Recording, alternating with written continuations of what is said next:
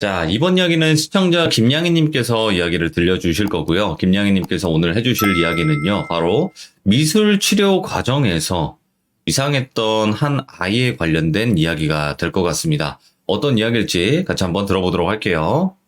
돌빈이? 오랜만에 또 김양희님 오셨네요. 반갑습니다. 그렇습니다. 2주 만에 봬요. 아이고, 김양희님께서 오늘 해주실 이야기가 미술 치료 과정에서 또 한 아이가 생각이 난다라고 말씀을 하셨는데 맞나요? 네, 제가 원래 보호관찰 대상자들을 상담하는 일들을 했었는데 네네. 지금 이 일은 간헐적으로 지금도 하고 있고요. 예. 네, 이 과정에서 미술 심리 상담도 그때부터 지금까지 계속 하고 있고 그때 있었던 일을 좀 말씀을 드리려고 해요. 아하, 어떻게 보면 직업괴담이 될 것 같네요. 그쵸? 알겠습니다. 그러면 출발을 하도록 할게요. 렛츠 고! 길이십니다. 렛츠 기릿!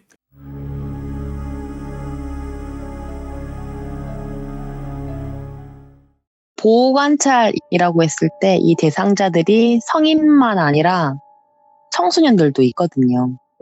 네, 이 아이들을 일주일에 한 번 보호관찰소든 가정방문이든 하게 되는데 이 친구들이 제가 이전에 들려드렸던 교도소랑 조금 다른 게 있다면 예. 그분들은 사실은 상담이긴 하지만 면담에 좀 더 가까워요. 근데 이 친구들은 정말 상담이죠. 공감해주고 다시 비행으로 이끄는 원인이 뭐고 그걸 막을 수 있는 요인이 뭔가 파악을 하는 게 결국 상담인데 하루는 제가 새로운 친구 한 명을 배정받은 날이었어요. 그날 이 친구와 연락을 해서 다음 주에 만나자 약속을 잡았던 그날 밤에 제가 자고 있는데 자다 깼어요. 왜 깼냐면 누가 제 방문을 똑똑똑 노크를 하는 거예요. 예. 근데 화장실에 있는 것처럼 똑똑똑 노크를 하는 게 아니라 똑똑똑 가만히 있다가 뭐야? 똑똑똑 이런 식인 거예요. 처음에는 이게 판단이 안 돼서 누가 여자 혼자 사는 집에 들어와 있나? 나는 어떻게 해야 되지? 이런 생각을 했었어요. 이날 원래 제가 동생이랑 같이 살긴 하는데 저 혼자 있던 집이었거든요. 예. 근데 문득 드는 생각이 범죄를 노리는 누군가가 들어왔으면 자고 있는데 바로 위협을 했지. 굳이 노크를 해서 저를 깨울 리가 없다는 생각이 드는 거예요. 예.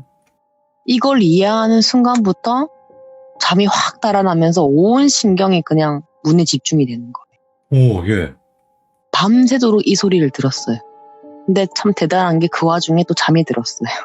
근데 이게 하루만 그런 게 아니라 그 다음날, 그 다다음날 3일을 계속 제 방문을 똑똑똑 노크를 하는 거예요. 계속요? 네. 똑, 똑, 똑 이렇게 끊어서. 이쯤 되니까 좀 호기심이 생기는 거예요. 이러면 안 되는데. 어허, 예. 누군지 궁금한 거죠, 이제. 그러니까 내 발로 일어나서 문은 못 열겠는 거예요. 근데 제가 이 첫 경험할 때는 남동생이 없었지만 원래 남동생이랑 사는 집이거든요, 여기가. 그래서 같이 자취하는 남동생한테 전화를 했어요, 옆방에 있는데. 예.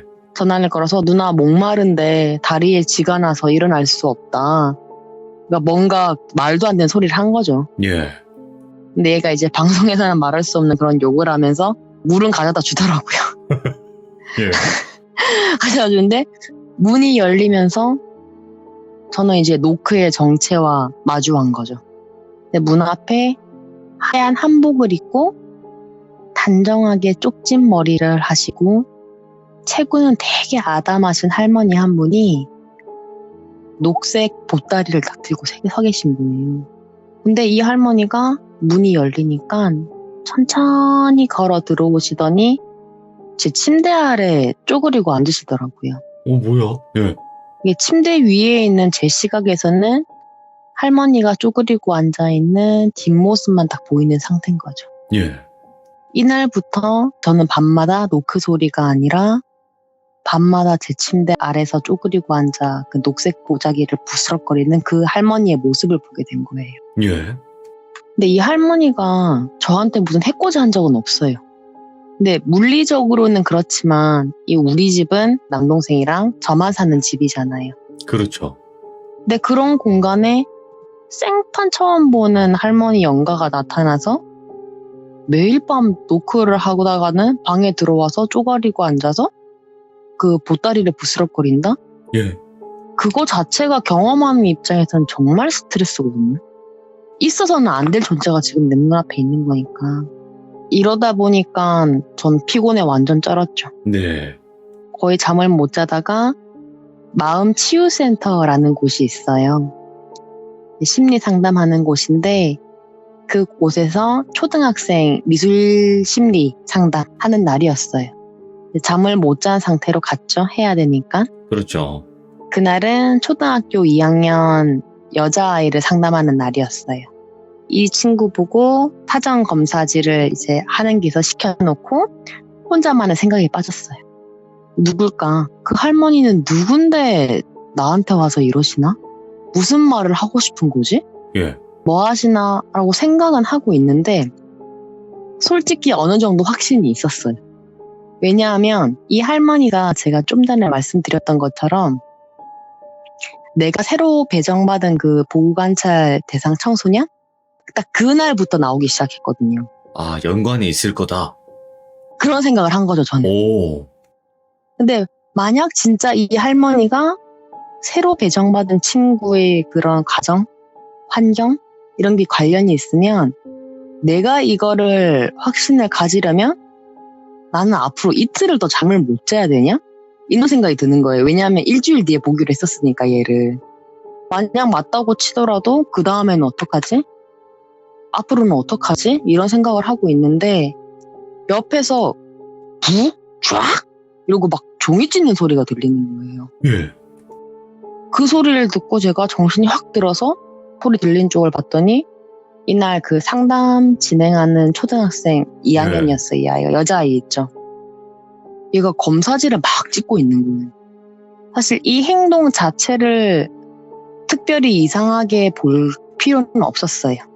왜냐하면 어떤 식으로든 마음이 아파서 온 친구였고 종이를 찢는 그 행동이 팽팽한 긴장감이든 압박감이든 그 이 아이 해소 방안일 수 있는 거였거든요. 제 입장에서는.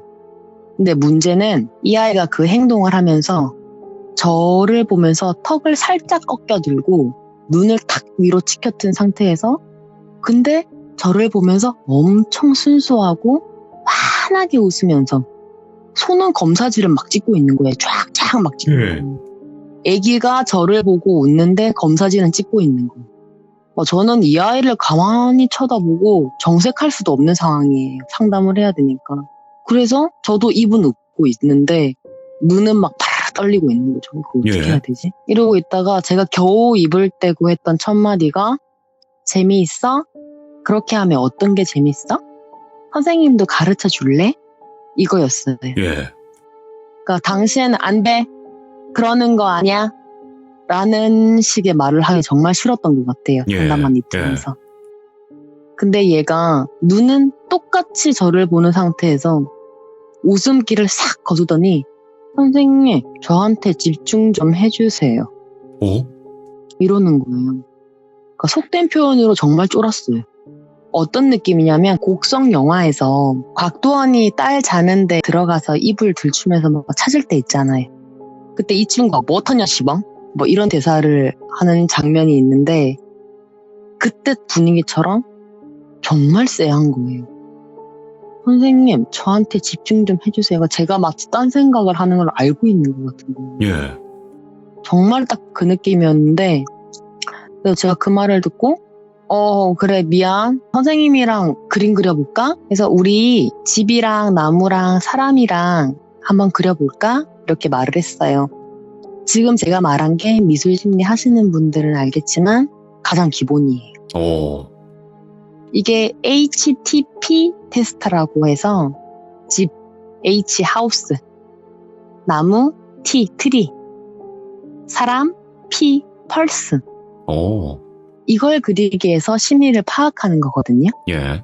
그래서 집을 그리는데 이 친구가 창문을 정말 많이 그리는 거예요. 근데 이게 일반적으로 창문에 수가 많다는 거는 타인과 관계를 맺고 싶어 하는 욕구가 많다는 소리거든요. 근데 이건 어디까지나 FM적인 거예요. 예. 정상적으로 보통 창문이 많으면 이렇고 나무 가지가 어떠면 이렇고 뭐 나무 가지 수가 좁빗하면 어떻고 뭐 이런 식인 건데 네. 사실은 여기서 끝낼 게 아니라 이 아이의 특수한 상황까지 봐야 좀 더 정확하게 분석을 할 수 있거든요. 그러니까 그런 거죠. 제가 만약에 창문을 많이 그리면 이거는 뭐 제가 하는 직업에서의 소통에 문제가 있을 수도 있는 거고 이런 네. 식으로 바뀌는 거예요, 이게. 근데 이 친구를 특히 좀 더 분석을 해봐야겠다라고 느낀 게 이 아이가 창문을 엄청 많이 그려놓고 그 창문 위에 다시 연필로 까맣게 칠하는 거예요. 예. 그걸 보고 제가 검정건 뭐야? 라고 했더니 커튼이래요. 커튼? 예. 커튼으로 창문을 전부 다 가렸다는 거예요. 근데 이걸 고지고대로 봐버리면 해석이 안 되는 거예요. 창문의 수는 대인관계, 욕구인데 그걸 가렸다? 그럼 관계를 맺기 싫은 건가? 이런 식으로 가버리더라고요. 예. 그래서 다시 물었어요. 왜 가렸어? 했더니 눈이 너무 많아서 싫대요. 와. 무슨 눈? 하니까 자기를 바라보는 눈이 싫대요. 예. 여기까지 딱 들으니까 저는 지금 이 아이가 그린 건 단순한 심리 상태가 아니라 아무나 알지 못하는 현실에 무언가가 반영되어 있구나라는 생각이 들더라고요. 귀신일 수도 있고. 네. 솔직히 말해 딱 그 생각이었어요. 예. 귀신 보는구나. 네. 애기들은 심리 상담 하다 보면 제가 오늘은 한 가지만 얘기해 드리겠지만 애들의 그림에서는 정말 이게 많이 나타나요. 예. 그런 거 있잖아요. 순수할수록 어릴 땐 좀 트여 있다가 다친다고. 맞아. 네, 그런 것처럼 애들 그림에서는 이게 훨씬 더 잘 나타나거든요. 네네. 근데 이게 HTP 이거 말고도 뭐 KFD라는 검사가 있어요. 네네. 이건 뭐냐면 쉽게 말해서 가족 그리는 거예요. 오. 나를 포함한 가족의 모양을 그리면서 뭐 얼굴 크기, 얼마나 자세한지 뭐 이런 거 보면서 가족 관계에서 이 사람의 상태를 알고 이 사람을 어떻게 생각하는지 예. 그거를 파악하는 그런 그림이 있는데 제가 이 테스트를 이 여자아이한테 한 번만 진행한 게 아니라 정말 여러 번 진행했어요. 오. 그럴 만한 이유가 있었는데 들으신 것처럼 사실 이 아이는 저에게 보인 행동, 그림, 태도 그 모든 게 어쩌면 특별하다고 여겨도 전혀 이상하지 않았거든요. 예. 그래서 제가 처음 가족을 그리라고 시켰을 때 얘는 남자 2명에 여자 5명 그리고 어린 여자아이 자기 자신이죠. 8명을 그리더라고요. 한 번 그린 거를 여러 번 그리라고는 진짜 솔직히 잘 안 해요. 근데 이제 좀 독특해서 다음날 한 번 또 시켰어요. 그날은 남자 2명에 여자 4명, 어린아이 7명을 그리더라고요. 제가 이걸 봤을 때 하나하나 줄어가는 게 좀 이상한 거예요. 보통 가족의 구성원이 줄지는 않거든요. 예. 그래서 이거 왜 그러지 하는데 함부로 묻지는 못했어요. 이 친구가 아직 입을 열지 않은 상태에서 제가 예단을 할 수는 없는 상태였으니까. 예. 근데 이 아이의 상담을 진행하면서 잘은 모르지만 저는 매일 밤 제 침대에 아래 쪼그리고 앉아있는 그 할머니 처음엔 노크를 했지만 이제는 침대 밑에 앉아있는 그 할머니가 제가 새롭게 시작하는 보호관찰 청소년이 아니라 이 아이와 관련이 있겠다는 생각이 슬슬 들더라고요. 뭘까? 예. 왜냐하면 미술 상담하는 이 초등학생 여자아이는 매번 뭔가 의미심장한 행동을 해요. 근데 보호관찰 면담하는 친구는 정말 무난했고 너무 전형적이었어요. 대화가 안 된다고 막 표현해도 되겠지만 그런 식이었고 무엇보다 이 보호관찰 청소년 상담을 할 때는 할머니의 모습이 보인다거나 특별히 거기에 대한 관련된 말을 한다거나 그런 게 전혀 없었어요. 그러다가 첫 가족 글이라는 테스트를 하고 나서 예. 한 2주 뒤에 제가 우리 초등학생 그 여자아이 보고 다시 동일한 그림을 그리라고 했어요. 정말 이건 이례적인 거긴 한데, 근데 이번 그림에는 남자 둘에 여자아이 1명, 본인이겠죠? 예. 그리고 못 보던 여자 1명이 생겼더라고요. 늘었어요, 이번엔. 어떻게 보면 늘었어요. 못 보던 그렇죠. 여자가 하나 생겼어요. 근데 이 여자는 옷에 고름이 있고요. 치마를 입고 있고 이런 모습을 보니 한복인 것 같더라고요. 예. 그리고 머리 뒤에 동그랗게 그린 걸 보니 쪽을 꽂으신 것 같아요. 손에는 리본 매듭으로 뭔가 들고 있는 거 보니까 보자기를 들고 계신 것 같아요. 근데 할머니 그린 것 같았어요. 생긴 게. 근데 너무 좀 웃겼던 게 이걸 예쁘게 그려놓고 정말 정성 들여 그렸어요. 꾹꾹 눌려가지고. 예. 이게 연필심의 굵기 가지고도 우리는 판단을 하거든요. 이 감정 상태를. 근데 여기에다가 까맣게 칠해놓은 거예요. 그렇게 정성 들여 그려놓고. 예. 제가 이 여자한테 물었어요. 못 보던 분인데 이분은 누구니? 이랬더니 할머니래요. 할머니는 한복을 즐겨 입으시는 분이구나. 예. 할머니는 손에 뭘 들고 계셔? 보자기 들고 계신데요. 어이구. 그럼 그 보자기 안에는 우리 친구가 생각하기에 뭐가 들었어? 했더니 참기름 들어있대요. 참기름. 예. 할머니는 그 보자기에 참기름을 넣어서 시장에서 늘 파셨대요. 제 입장에서는 가장 궁금한 질문이 하나만 있었어요. 할머니라는 그 그림 위에 연필 빗금 그어둔 거. 그래서 할머니 위에 있는 그 검정색 뭘까? 이랬더니 예. 아무것도 아니래요. 할머니는 늘 어둠 속에 있기 때문에 이렇게 해줘야 된대요. 네. 이 이야기를 들으니까 사실 제가 이 정도의 사명감과 실천력까지 요구되는 자격과 위치를 가지고 있는 건 아니에요. 근데 이 아이 집에 가보고 싶더라고요. 그러니까 이 아이가 말하는 그 할머니가 진짜 이 여자아이의 집에 있는지 확인하기 싶기도 했고, 이 시점을 기준으로 저는 3주 동안 이 할머니를 매일 밤 침대 아래에서 보고 있었기 때문에 예. 이걸 봐야 어떤 식으로든 다음 단계가 있고 해결이 될 것 같았어요. 예. 그래서 막무가내로 집에 가자고는 못하고 얘한테 선생님이랑 치킨 먹을래? 우리 치킨 포장해서 집에 가서 같이 먹을까? 그래서 자연스럽게 가지고 갔어요. 네네. 집에 가서 손을 씻으려고 화장실에 들어갔는데 손을 씻고 있는데 화장실에 작은 창문? 보통 다 환기창 같은 게 있잖아요. 근데 거기에 검은 커튼 같은 게 다 쳐져 있는 거예요. 예. 그래서 손을 씻고 거울을 통해서 그 커튼을 가만히 보고 있었어요. 보고 있는데 정말 미세하게 톡톡톡톡 이런 소리가 들리는 거예요. 예. 화장실 창문에서. 이게 호기심이 늘 문제인데 천천히 가서 커튼을 확 걷었더니 머리를 정말 산발로 하고 오. 하얀 눈동자 있죠. 하얀 눈동자에 검은 펜으로 점 하나만 탁 찍은 것처럼 예. 그런 눈동자를 한 여자가 저를 보면서 손톱으로 화장실 창문을 막 툭툭툭툭 두드리고 있는 거예요. 예.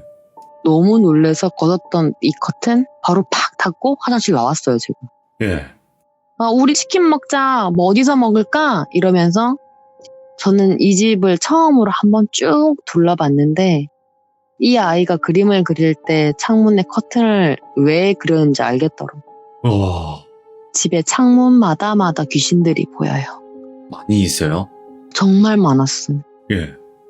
여자 귀신 1명만 있는 창문도 있었는데 정말 창문 빼곡하게 어느 정도로 많았냐면 무슨 한정판 발매된 날 매장 오픈 1분 전 와. 앞마당 마냥? 와. 그러니까 그 좀비 영화 보면 떼거지로 막 소리 따라 달려가는 거 있잖아요. 예. 그 정도로 바글바글했어 진짜로. 근데 왜 그런지 모르겠는데 이 귀신들이 하나같이 똑같이 손톱으로 유리창을 막 두드리고 있는 거예요. 예. 들어오고 싶은 것처럼. A를 힐끔 보니까 같이 밥 먹을 그 식탁을 정리하면서 그래서 커튼 그린 거예요. 이러더라고요. 그래도 할머니 있으니까 살만해요. 이러는 거예요. 예. 아주 마음은 아팠어요. 초등학생 입에서 살만하다는 말을 들으니까. 좀 안쓰럽더라고요. 네네. 솔직히 이날은 음식이 어디로 들어갔는지도 모르겠고 이 아이랑 저녁을 먹으면서 제가 파악할 수 있었던 건 아버지가 술을 엄청 드시는구나. 현관에 플라스틱 된 그 병 정리하는 트레이 있잖아요. 예. 그 식당 가면 있는 거 그게 5짝이 있는데 사놓은 술이 아니라 전부 먹은 술이었어요. 예. 그러니까 먹으려고 사둔 것도 아니라 전부 먹은 거였던 거고 엄마의 흔적이 안 보여요. 그 가정환경조사서 뭐 이런 게 있거든요. 예. 여기서 기본적인 정보를 확인할 수 있는데 그 자료를 봤을 때 아이가 엄마가 없진 않았어요. 근데도 제가 봤던 환경에서는 엄마의 그 향은 전혀 느껴지지 않았거든요. 아이 집을 다녀오면 저는 어느 정도 정리될 줄 알았어요. 근데 다녀와서 마음이 더 복잡해졌어요. 더 무거워지고. 네. 당연히 할머니가 귀신일 거고 뭔가 이유가 있을 줄 알았는데 애기가 할머니가 있어서 살만하다고 말을 하는 거 보니까 네. 뭐 살아있나? 뭐 이런 생각도 드는 거죠. 거기다가 얘가 지금 뭔가 느끼고 보는 것 같아요. 나랑 같은 걸 보고 있는 것 같아요. 그렇게 따지면 돌아가신 할머니를 보고 있는 건가? 그럴 수도 있겠네. 예. 그러니까 의문만 늘은 거예요. 저 함부로 이 친구들한테 질문을 할 수가 없어요. 혹시나 상처를 건드릴 수도 있는 거라서. 그쵸. 예. 근데 진짜 이날 밤에는 진짜 할머니 또 나오시면 말 걸고 물어보고 싶다. 이런 생각이 들더라고요.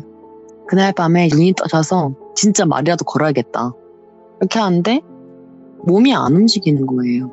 가위 눌린 거 있잖아요. 근데 분명 눈은 떴고 정신도 멀쩡해. 이 상태로 가위 눌려서 몸은 못 움직이는데 눈알만 떼굴떼굴 굴리고 있는 거예요. 그러다가 침대 아래 발쪽을 보니까 늘 계시던 할머니가 안 계세요. 예? 또 이상하다? 어디 가셨지? 하고 두리번거리는데 얼굴 바로 옆에 할머니가 바닥에 앉아서 제 침대 매트리스 앞에다 팔을 괴시고는 저를 많이 보고 계시더라고요. 예. 그걸 딱 보니까 숨이 턱 막히는데 이 할머니가 옆에서 그 숨 막힐 때 내는 소리 같은 거 있잖아요. 오. 뭐 그런 소리를 똑바로 눈을 마주치면서 내고 계신 거예요. 오. 시선이라도 다른 곳으로 옮겨보고 싶은데 이제는 눈도 안 돌아가요. 예. 이 할머니랑 눈을 마주친 상태에서 이 소리만 계속 듣고 있는 거예요. 저는. 예. 너무 무서운 거예요. 아, 빨리 끝나라. 빨리 끝나라 하고 있는데 이 할머니가 이 소리를 내고 있는 게 이게 끝이 아닌 거예요. 무슨 말을 하시려는 것 같아. 무슨 말이었냐면 조금만 지켜줘 이거였어요. 예. 지켜줘 뭐 이런 식이었어. 오.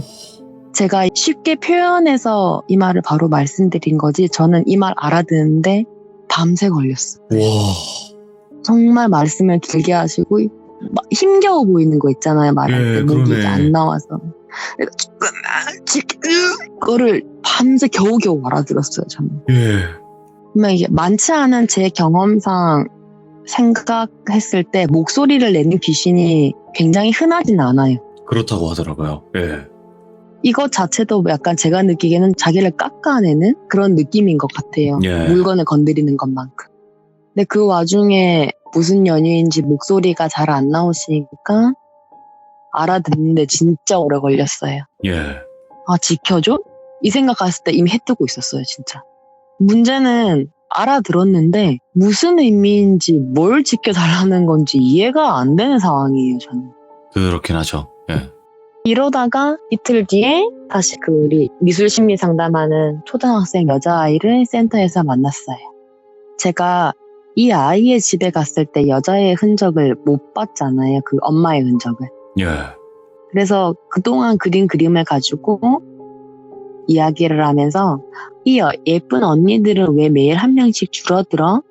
하고 물었더니 얘 표현이 딱 이거예요. 엄마 같은 여자예요. 엄마예요도 아니고 엄마 같은 여자래요. 자기는 지금까지 엄마가 10명 넘게 있었대요. 예. 그랬는데 어느 날은 자고 일어나니까 없고 어느 날은 학교 갔다 오니까 음료수 먹고 자고 있고, 예. 어느 날은 모르는 아저씨가 데리고 가고, 어느 날은 아빠가 엄마 교육시켰는데 엄마가 없어졌고, 예. 이런 이야기를 저한테 하더라고요. 예. 그러면서 이 아이가 저한테 하는 말이, 저는 차에 치이고 싶어요. 차에 치이면 이런 거 안 겪어도 되잖아요. 이러는 거예요. 그 말을 듣고 정말 벙쪄서 어버버 했어요, 제가. 무슨 말을 해야 되지? 이렇게 막 시간이 가고 있는데 이 여자아이가 이전에 그랬던 것처럼 눈을 탁 치켜뜨고 저를 보더니 내가 지켜주라고 했지? 이러더라고요. 오. 제가 그 전날 밤에 들었던 그 말을 하는 거예요. 지켜줘. 조금만 지켜줘. 완전 굳어서 이렇게 있는데 이 아이가 갑자기 되게 천진난만하게 웃으면서 선생님 우리 가족 그림 그려요. 어이구. 가족 그림 그리지요, 자기 입으로.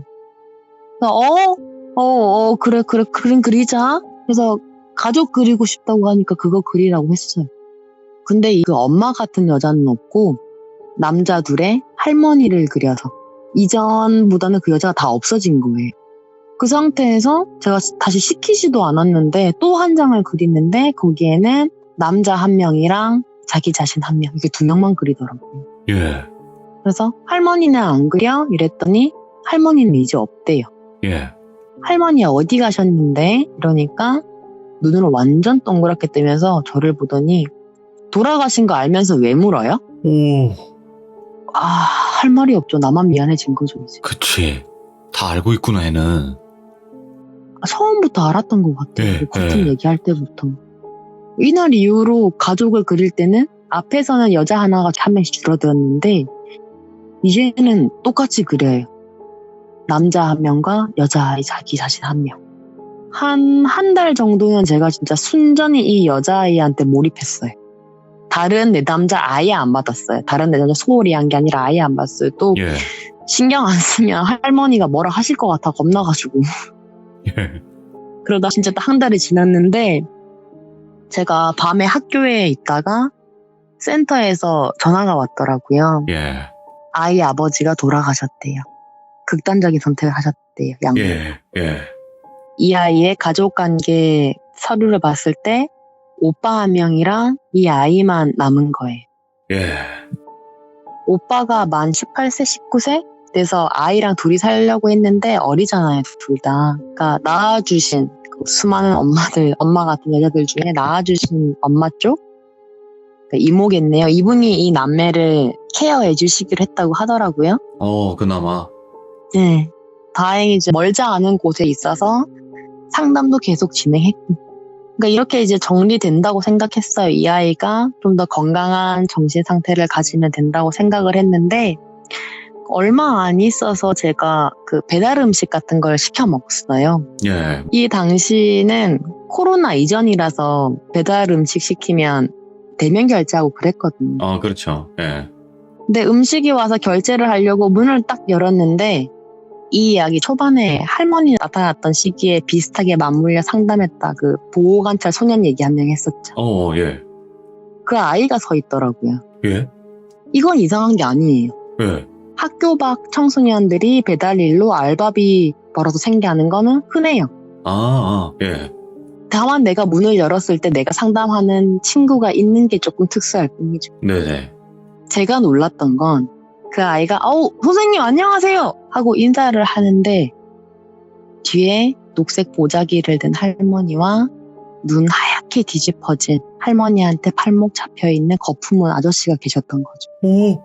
이 아이가 음식을 내려다 놓는데 제 시선은 그쪽에 가 있어요. 제가 한 달 가까이 꿈에서 보던 그 할머니랑 녹색 보따리. 주섬주섬 그 보따리에서 뭘 여시는데 예. 참기름병을 저희 집 문 앞에 놔두더라고요. 그걸 집 앞에 내려놓으시고는 되게 정중하게 저한테 인사를 하시는 거예요. 예. 그리고 거품문 아저씨의 손을 잡고 싹 없어지시는 거예요.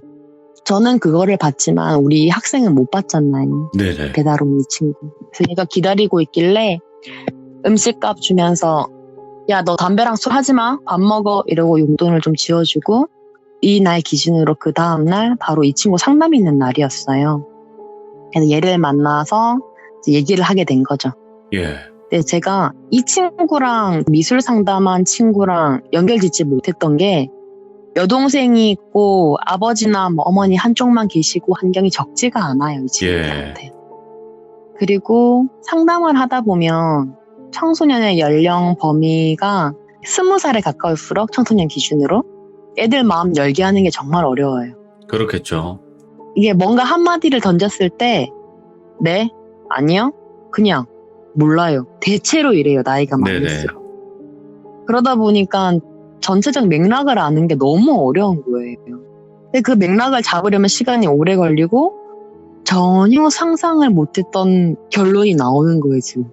결과적으로는 아주 처음 할머니가 노크할 당시의 예상대로 이 남자 청소년 아이와도 사실은 밀접한 관련이 있었던 거죠. 오. 구체적인 상담 내용은 제가 말씀을 못 드리겠어요. 예.